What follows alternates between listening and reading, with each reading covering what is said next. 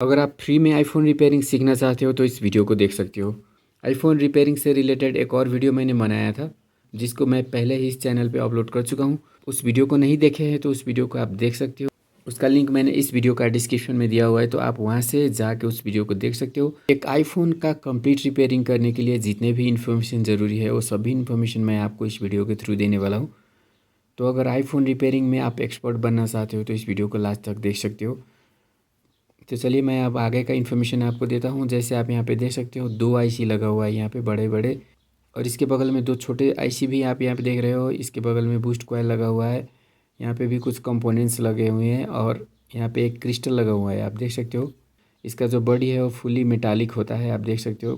पूरा का पूरा मेटल बॉडी होता है। आईफोन के बोर्ड में लगे ये 2 आईसी का काम क्या है, और ये इसमें प्रॉब्लम आ जाने से आईफोन में किस तरह का प्रॉब्लम हमें दिखाई देगा, तो इसका इन्फॉर्मेशन पहले मैं आपको दे देता हूँ। उसके बाद मैं ये छोटे छोटे आईसी का इन्फॉर्मेशन भी आपको दूंगा, और इस फ़ोन के जो बैक साइड में जितने भी आईसी है वो सभी आईसी का इन्फॉर्मेशन भी मैं आपको आगे देने वाला हूँ। तो इस वीडियो को आप अच्छी तरह से लास्ट तक देखें बिना स्किप किए हुए। तो इस दोनों आईसी में अगर कोई इश्यू हो जाता है तो आपका वाईफाई और ब्लूटूथ का जो सीरियल नंबर होता है वो आपको मिसिंग दिखाएगा, और बिना सीरियल नंबर के वाईफाई और जो ब्लूटूथ है वो काम नहीं करते। तो जैसे क्रिस्टल आप यहाँ पे देख रहे हो, तो इसका मेन काम होता है इस आईसी के लिए क्लॉक बनाना। तो इसमें अगर कोई फॉल्ट आ जाता है तो फिर भी ये आईसी काम नहीं करेगा। अगर इस आईसी से रिलेटेड कोई भी इश्यू आता है, वाईफाई और जो ब्लूटूथ का सीरियल नंबर मिसिंग आपको आ रहा है, तो डायरेक्ट आपको इस आईसी पे वर्क नहीं करना है। सबसे पहले आपको इस क्रिस्टल को चेक करना है। इसका 2 पिन आप देख रहे हो यहाँ पे, एक एक इधर है और एक इधर है। तो दोनों पिन पे अगर आप वोल्टेज को चेक करोगे तो एक पिन में थोड़ा सा लो वोल्टेज दिखाई देगा और एक में थोड़ा सा हाई वोल्टेज दिखाई देगा। अगर आपके पास डीएसओ है तो आप इसमें फ्रीक्वेंसी भी चेक कर सकते हो। तो इसमें अगर इसमें कोई इश्यू दिखाई दे रहा है तो आप इस क्रिस्टल को चेंज करके देख सकते हो। और इस क्रिस्टल के साथ साथ आप क्या कर सकते हो, इसके बगल में आप बहुत सारे कंपोनेंट देख रहे हो, बहुत सारे एनपीसी लगे हुए हैं यहाँ पे। तो ये सभी कंपोनेंट में आपको शॉर्टिंग या हाफ शॉर्टिंग का इशू को चेक करना है। अगर किसी कंपोनेंट में शॉर्टिंग या हाफ शॉर्टिंग आपको मिल रहा है तो सबसे पहले आप उस कंपोनेंट को रिप्लेस करके देख सकते हो। और यहाँ पे आप देख सकते हो कुछ इंडक्टर भी लगे हुए हैं, तो इस इंडक्टर का वैल्यू भी आपको चेक करना है। इसमें अगर कोई ओपन दिखाई दे रहा है तो आपको इसको भी रिप्लेस करके देखना है। बेस बैंड मेमोरी के पास आप एक छोटा सा आईसी आपको यहाँ पे दिखाई दे रहा होगा, तो इस आईसी को बोला जाता है बेस बैंड पावर आईसी। मतलब ये जो बेस बैंड आईसी है तो इसको काम करने के लिए जो वोल्टेज बनाना होता है तो उसको बनाने का काम एक आईसी करता है। तो इसको आप बेस बैंड के लिए पावर बनाने वाला आईसी बोल सकते हैं। तो इसके बगल में भी बहुत सारे कंपोनेंट आप देख रहे हो और बूस्ट कॉइल भी देख रहे हो। तो इस आईसी पे वर्क करने से पहले आपको ये सभी कंपोनेंट के साथ साथ यहाँ पे भी चेक करना ज़रूरी होता है, क्योंकि इसमें इश्यू हो जाने के कारण भी आपका ये आईसी काम नहीं करेगा और आपके फ़ोन में बेसबैंड से रिलेटेड इशू आ सकता है। तो ज़्यादा करके आपको 70-80% आपको ये सारी कंपोनेंट और यहाँ पे ये जो पावर आईसी है बेसबैंड के लिए, तो इसमें इशू आने का चांसेस रहता है। और 20 से 30% ही ये दोनों आईसी में फॉल्ट आने का चांस रहता है। तो मैक्सिमम टाइम आपका जो प्रॉब्लम है वो ईजिली सॉल्व हो जाएगा। अगर कंपोनेंट में प्रॉब्लम है तो आप किसी भी फ़ोन से कंपोनेंट निकाल के रिप्लेस कर सकते हो। इस आईसी में प्रॉब्लम है तो इसको भी बहुत ही आसानी से आप रिप्लेस कर सकते हो। और ये सभी में इश्यू अगर आपको नहीं मिल रहा है तभी ये दोनों आईसी में आपको वर्क करना है। तो इसके बाद आप देख सकते हो यहाँ पे एक और इसी तरह का आईसी यहाँ पे रखा गया है। के बगल में ही आपको कुछ कंपोनेंट बूस्ट कॉइल्स यहाँ पे दिख रहा है। तो ये जो आईसी है तो इसको बोला जाता है फ्लैश आईसी। तो इस आईसी का मेन काम होता है जो फ्लैश होता है या जो टॉर्च लाइट होते हैं, तो उसके लिए जो हाई वोल्टेज ज़रूरी होता है उसको बनाने के लिए ये आईसी काम करता है। तो अगर आईफोन का अगर फ्लैश लाइट नहीं जल रहा है तो उसके लिए आपको इस आईसी के बगल के जो जितने भी कंपोनेंट है सभी को टेस्ट करना है। अगर कंपोनेंट आपको ठीक मिल रहा है तो इस आईसी को आपको रिवल करके डाल के देखना है, और रिवल करने के बाद भी अगर काम नहीं हो रहा है तो आप इसको रिप्लेस कर सकते हो। बोर्ड के इस साइड में लगे जितने भी आईसी थे सभी का इन्फॉर्मेशन मैं आपको दे चुका हूँ। जितने भी कनेक्टर थे सभी का पहचान भी मैंने आपको करा दिया है। को आईफोन का जो दूसरे साइड का आईसीज है उसका इन्फॉर्मेशन देने वाला हूँ। तो इस साइड में आप देख सकते हो एक अलग ही सेक्शन बनाया गया है जिसके अंदर बहुत सारे आईसी को, तो इसके अंदर जितने भी आईसी को रखा गया है वो सभी नेटवर्क प्रोसेसिंग के लिए काम करने वाला आईसी है। एक आईफोन के अंदर अगर नेटवर्क से रिलेटेड कोई भी प्रॉब्लम आ जाता है तो आपको इस सेक्शन में ट्रबल शूट करना है।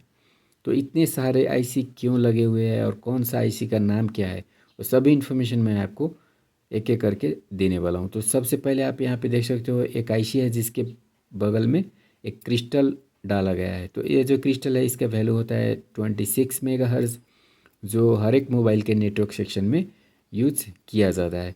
तो ये जो क्रिस्टल है इसके बगल में जो आईसी होता है उसे बोला जाता है आरएफआईसी। नेटवर्क का सबसे मेन आईसी इसको बोला जाता है, जो ऑलवेज किसी भी फ़ोन में, चाहे वो आईफोन हो या एंड्रॉयड फ़ोन हो, तो एक क्रिस्टल के बगल में जो आईसी रखा जाता है तो उसको बोला जाता है आरएफआईसी। मतलब ये आईफोन का आरएफआईसी है। तो नेटवर्क का प्रोसेसिंग करने का काम ये आईसी करता है। तो हमारे साउंड को ये आईसी क्या करता है, एक अलग फ्रीक्वेंसी के साथ उसको ऐड कर देता है, जिसको मॉड्यूलेशन बोला जाता है। मतलब जोड़ना, हमारे साउंड को किसी अलग फ्रीक्वेंसी के साथ जोड़ के फिर उसको ट्रांसफ़र कर देना। क्योंकि जिस फ्रीक्वेंसी के साथ हमारे साउंड को एआईसी जोड़ता है वही फ्रीक्वेंसी हमारे साउंड को नज़दीकी टावर में लेके जाता है। तो मॉड्यूलेशन के बिना जो हमारा साउंड है वो नज़दीकी टावर में ट्रांसफ़र नहीं हो पाएगा। और जो बाहर से सिग्नल आता है वो भी एआईसी रिसीव कर लेता है, डिफरेंट आईसी के थ्रू आता है, डायरेक्ट यहाँ पे नहीं आता है। तो वो सिग्नल यहाँ रिसीव हो जाने के बाद उसमें से जो अनवांटेड फ्रीक्वेंसी है उसको हटाना, उसको बोला जाता है डीमॉड्यूलेशन। डीमॉड्यूलेशन करके क्या होता है, वो अनवांटेड फ्रीक्वेंसी को इसमें से हटाया जाता है और जो साउंड होता है सिर्फ उसी को हमारे स्पीकर में सेंड करना होता है। तो इस आईसी का बेसिकली दो काम हो गया, एक मॉड्यूलेशन करना और दूसरा डीमॉड्यूलेशन करना। इस तरह से मॉड्यूलेशन एंड डीमॉड्यूलेशन के लिए जो आईसी यूज़ किया जाता है उसको बोला जाता है आरएफआईसी। और आरएफआईसी ऑलवेज किसी भी फ़ोन में ये आरएफ क्रिस्टल के पास ही रखा गया। आरएफआईसी के बगल में जो क्रिस्टल रखा जाता है उसको आरएफ क्रिस्टल बोला जाता है।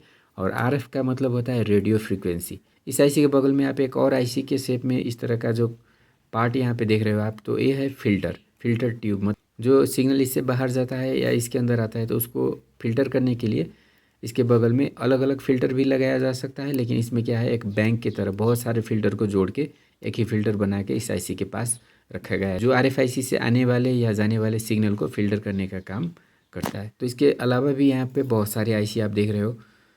तो जो सिग्नल इस आईसी के अंदर आता है उसका अलग अलग फ्रीक्वेंसी होता है। तो हर एक वायरलेस कम्युनिकेशन के लिए अलग अलग फ्रीक्वेंसी का यूज़ किया जाता है। मोबाइल का सिग्नल को ट्रांसफ़र करने के लिए जो फ्रीक्वेंसी यूज होता है उसका डिफरेंट बैंड होता है।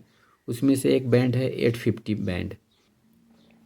मतलब हमारे मोबाइल के अंदर जो साउंड होता है तो उसको बाहर ले जाने के लिए जितना फ्रीक्वेंसी यूज़ किया जाता है तो उसको बोला जाता है कैरियर फ्रीक्वेंसी। तो कैरियर फ्रीक्वेंसी का जो बैंड होता है वो 850 होता है। एक बैंड होता है 850, दूसरा बैंड होता है 900, तीसरा बैंड होता है 1800, चौथा बैंड होता है 1900, पाँचवा बैंड होता है 2100।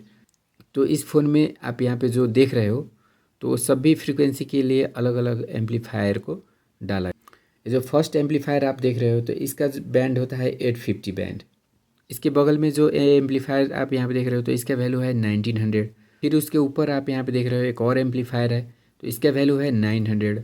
फिर उसके ऊपर भी आप एक और एम्पलीफायर देख सकते हो यहाँ पे, तो इसका वैल्यू है 2100। मतलब इस तरह से इसमें 4 बैंड का एम्पलीफायर यूज़ किया गया है। मतलब ये 4 बैंड का फ्रीक्वेंसी को सपोर्ट करने वाला फ़ोन है। और ये सभी एम्पलीफायर के बाद आप देख सकते हो यहाँ पे एक और आईसी लगा हुआ है बड़ा सा। तो इस आईसी को बोला जाता है एंटीना स्विच।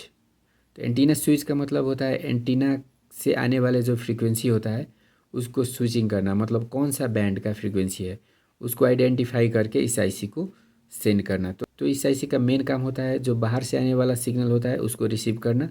रिसीव करने के बाद इस आईसी को ट्रांसफ़र कर देना।